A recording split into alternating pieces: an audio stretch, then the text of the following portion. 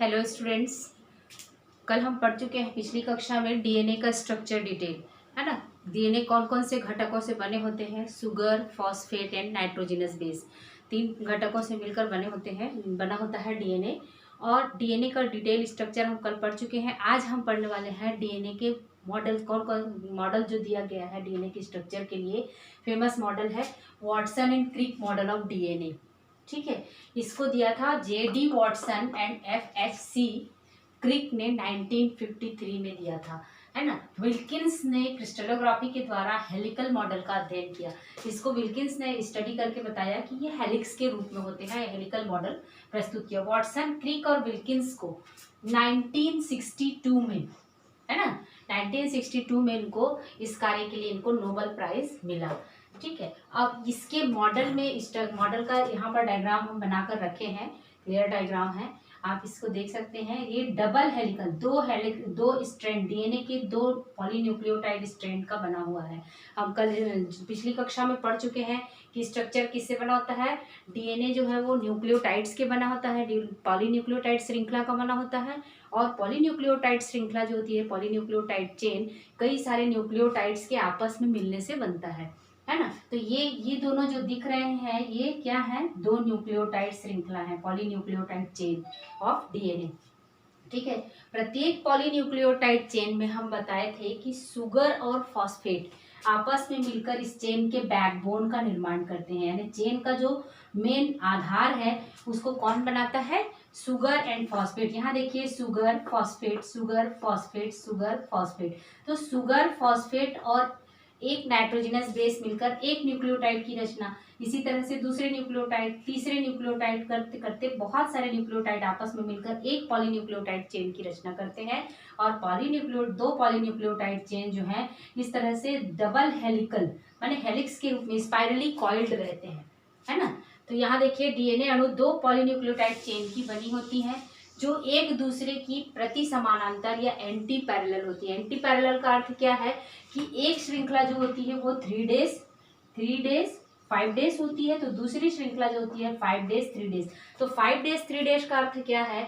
5 days का अर्थ है कि सुगर का 5वां कार्बन जो है वो फ्री रहता है। 3 डेज का अर्थ यह है कि तीसरा कार्बन फ्री रहता है। हम स्ट्रक्चर डिटेल बताए थे, तब अच्छे से बताए थे कि कौन सा जगह जो है वो 3 डेज का है, तीसरे कार्बन का है सुगर का, और ये सुगर के 5वें कार्बन का फ्री होना, ये कहलाता है 3 डेज 5 डेज। और इसकी वजह से देखिए, ये एंटी पैरेलल क्या है? डीएनए पहला पॉइंट क्या है कि ये पॉलीन्यूक्लियोटाइड चेन की बनी होती है, स्पाइरली कॉइल्ड होती है ना, कुंडलित संरचना है, डबल हेलिकल।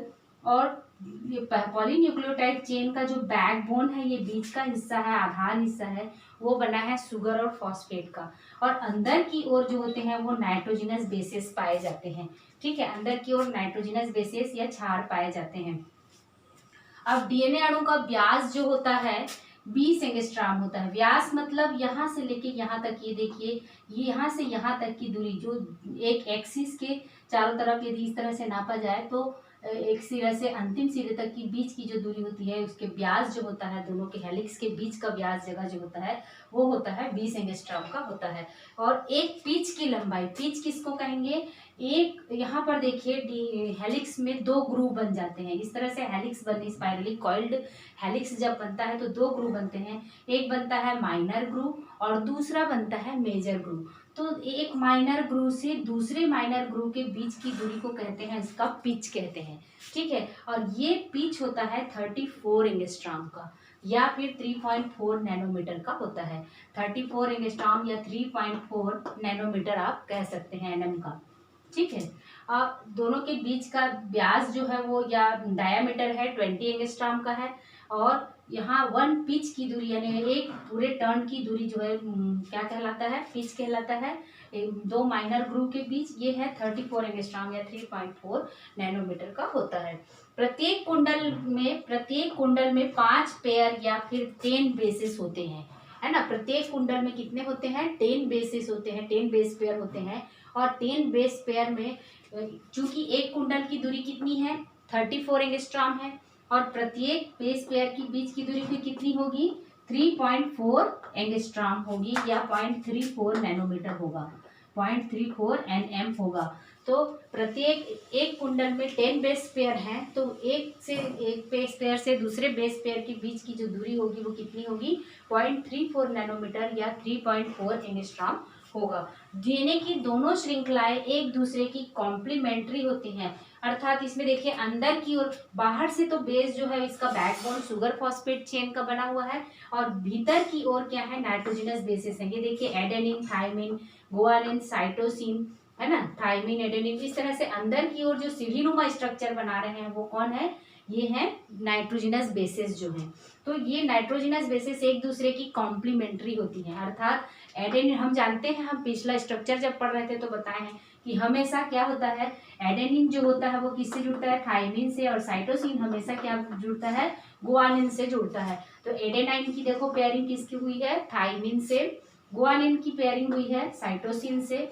जब भी गुआनिन जुड़ेगा साइटोसिन से ही जुड़ेगा, और एडेनिन जुड़ेगा तो थायमिन से ही जुड़ेगा। और एडेनिन और थायमिन के बीच में जो है वो डबल बॉन्ड रहता है। ये दोनों हाइड्रोजन बॉन्ड, नाइट्रोजनस बेसिस जो होते हैं वो हाइड्रोजन बॉन्ड के द्वारा जुड़े रहते हैं, और एडेनिन और थायमिन के बीच में डबल बॉन्ड होता है, जबकि गुआनिन और साइटोसिन के बीच में ट्रिपल बॉन्ड होता है। ठीक है, दोनों चेन में प्यूरिन एंड पिरिमिडिन की मात्रा समान होती है। दोनों चेन में प्यूरिन कौन कौन से होते हैं, एडेनाइन और गुआनिन क्या है, प्यूरिन है, साइटोसिन और थायमिन क्या है, पिरिमिडिन है। तो दोनों चेन में जितनी मात्रा में प्यूरिन है उतनी ही मात्रा में पिरिमिडिन भी होंगे। तो ये बात यहाँ पर कही गई है कि जितनी मात्रा में दोनों चेन में प्यूरिन और पिरिमिडिन की मात्रा समान होगी। ठीक है, और एक बात और कहा गया कि प्यूरिन और पिरिमिडिन का जो अनुपात निकाला जाता है तो वो कांस्टेंट होता है।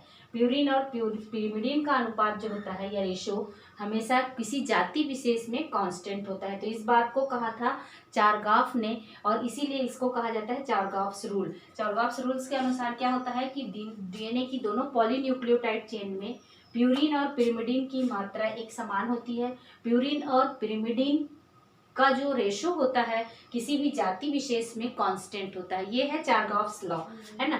पॉलीन्यूक्लियोटाइड चेन में न्यूक्लियोटाइड्स आपस में फॉस्फोडाइस्टर बॉन्ड्स के द्वारा जुड़ते हैं। यहाँ पर देखिए हम कल स्ट्रक्चर बताए थे तो स्पष्ट रूप से पिछली कक्षा में बताए हैं कि एक न्यूक्लियोटाइड से दूसरे न्यूक्लियोटाइड के बीच में जो बॉन्ड है वो कौन सा बॉन्ड है, फॉस्फोडाइस्टर बॉन्ड है। और शुगर और फॉस्फेट के जो बीच में बॉन्ड है वो कौन सा बॉन्ड है, फॉस्फोडाइस्टर। शुगर और बेस के बीच में है वो ग्लाइकोसाइडिक बॉन्ड है। और दो बेसिस के बीच में आपस में जो बॉन्ड होते हैं वो क्या है, हाइड्रोजन बॉन्ड है। तो हाइड्रोजन बॉन्ड के कारण इस हेलिक्स नुमा संरचना में जो है, सीढ़ी नुमा संरचना में एक स्टेबिलिटी आती है, स्थिरता बनी रहती है। तो इस तरह से एक तो इनका डायमीटर भी फिक्स रहता है इन हाइड्रोजन बॉन्ड्स के कारण, और साथ ही साथ डीएनए में स्थिरता, डीएनए की श्रृंखला में स्थिरता आती है कि दो श्रृंखला आपस में इस तरह से स्पाइरली कॉइल्ड रहेंगे। तो ये हो गया वाटसन एंड क्रिक का डीएनए मॉडल, माने डीएनए का वाटसन एंड क्रिक मॉडल। तो ये आपके एनसीईआरटी के बुक में भी दिया है, और आपको ये 5 नंबर के क्वेश्चन में पूछा जाता है बोर्ड में, बहुत ही इंपॉर्टेंट क्वेश्चन है। तो सीधे सीधे ही क्वेश्चन को पूछा जाता है कि डीएनए का वाटसन एंड क्रिक मॉडल समझाइए। तो इसको आपको ये डायग्राम को ड्रॉ करके अच्छे से पॉइंट्स में आपको ये लिखना पड़ेगा।